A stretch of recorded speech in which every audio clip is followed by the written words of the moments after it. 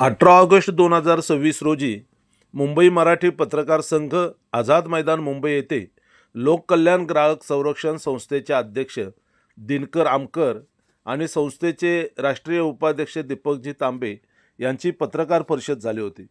ग्राहक परिषदेवरील नियुक्त्या तातडीने करा अशी मागणी या पत्रकार परिषदेमध्ये करण्यात आली होती। या पत्रकार परिषदेचे 2 भाग महाराष्ट्र संध्या यूट्यूब न्यूज चॅनेलवर प्रसारित करण्यात आले आहेत।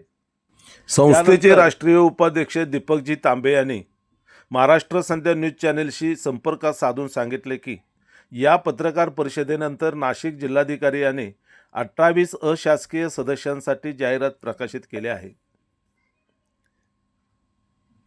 लोककल्याण ग्राहक संरक्षण संस्थेचे राष्ट्रीय उपाध्यक्ष दीपकजी तांबे हे पत्रकार परिषदेमध्ये महाराष्ट्र संध्या न्यूज चॅनेलशी बोलताना 18 ऑगस्टच्या पत्रकार परिषदेमध्ये महाराष्ट्र संध्या न्यूज चॅनेलशी बोलताना काय म्हणाले ते आपण या लोककल्याण ग्राहक संरक्षण संस्था या संस्थेच्या वतीनं जे आज पत्रकार परिषद आयोजित करण्यात आली, जे प्रश्न उपस्थित करण्यात आले, आता पुढची आपली भूमिका काय असणार आहे? आज लोककल्याण ग्राहक संरक्षण संस्था राष्ट्रीय अध्यक्ष दिनकर आमकर साहेब यांच्या उपस्थितीमध्ये जी पत्रकार परिषद आयोजित केली गेली, यापुढे आता राज्य परिषदच्या ज्या नियुक्त्या रखडलेल्या आहेत, अन्न आयोगाच्या ज्या चुकीच्या ज्या नियुक्त्या झालेल्या आहेत आणि जिल्हा परिषद जिल्हा स्तरावर ज्या जिल्हा ग्राहक संरक्षणाच्या परिषद नियुक्त्या ज्या प्रलंबित आहेत, ह्यासाठी राज्यभर आता राज्यव्यापी आंदोलन लोककल्याण जिल्ह्यामध्ये केलं जाणार आहे आणि सरकारचं लक्ष वेधलं जाणार आहे।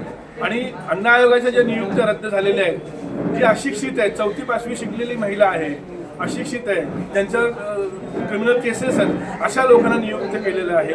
आणि विविध मुदतीनंतर ज्या लोकांचे अर्ज घेतलेले आहेत आणि ज्याच्यामध्ये माया इरतकर अशिक्षित आहे, मायाताई पगारे आहे, 7वी शिकलेले आहेत, रणजित निंबाळकर जे आहेत, ज्यांच्यावर पोलीस गुन्हे आहेत, अशा लोकांना एका सर्वोच्च पदावर आयोगाच्या पदावर नेमणूक देऊन सरकारनं जनतेची फसवणूक केली आहे आणि हे पद रद्द झाले पाहिजे आणि नव्यानं जाहिराती झाल्या पाहिजे, आमची अशी मागणी राहणार आणि त्यासाठी आम्ही राज्यभर आंदोलन करणार आहोत आणि हे आम्ही रद्द झाल्याशिवाय गप्प बसणार नाही आहोत। त्यांनी मुख्यमंत्र्यांची आणि या जनतेची फसवणूक केलेली आहे, आमची हीच मागणी राहणार आहे की या सगळ्या नियुक्त्या रद्द झाल्या पाहिजेत आणि राज्य ग्राहक संरक्षण परिषदच्या ज्या प्रलंबित नियुक्त्या त्या झाल्या पाहिजेत, कारण की राज्यातल्या जनतेला आजही या परिषदेवर विश्वास आहे आणि जो संसदेने त्या कायद्यावर विश्वास आहे आणि आम्ही मुख्यमंत्र्यांना हीच अपेक्षा ठेवतो की आपण सुद्धा जनतेचं भलं, जनतेचं हित ऐकावं आणि ह्या नियुक्त्या लवकरात लवकर कराव्या आणि राज्य अन्न आयोगाच्या ज्या बेकायदेशीर नियुक्त्या झालेल्या आहेत ते रद्द करून पुन्हा नव्यानं जाहिरात करावी, हीच आमची मागणी राहील।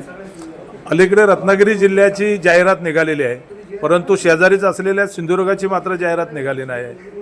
2 दिवसापूर्वीच मंत्रालय स्तरावर पत्र आलेलं की त्यांनी संपूर्ण महाराष्ट्रामध्ये ज्या ज्या प्रलंबित नियुक्त्या आहेत त्या नियुक्त्या झाल्या पाहिजे, त्यासाठी त्यांनी संबंधित अहवाल मागवला आहे आणि जसं जसं ते झालं की त्या त्या जिल्ह्यामध्ये नियुक्त्या जाहिरात होतील।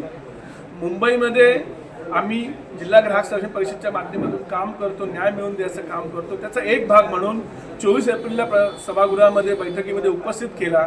मुंबईतले रेशन दुकानदारांना इथले जे वाहतूक कंत्राटदार आहे हे खंडणी स्वरूपात वसुली करत आहेत आणि त्यांचं शोषण होतं, त्याच्यासाठी जी इन्क्वायरी लावलेली आहे, इन्क्वायरी लावून त्याच्यावर FIR दाखल व्हावी ही आमची एक मागणी आहे। विशेष म्हणजे मुंबई आणि इतर भागातल्या माझ्या सर्व ग्राहकांना, नागरिकांना विनंती आहे, आपल्याकडे आलेला जो सिलेंडर आहे तो सिलेंडर तुम्ही कंपल्सरी वजन काटा करून घ्या, जेणेकरून तुमची फसवणूक होणार नाही।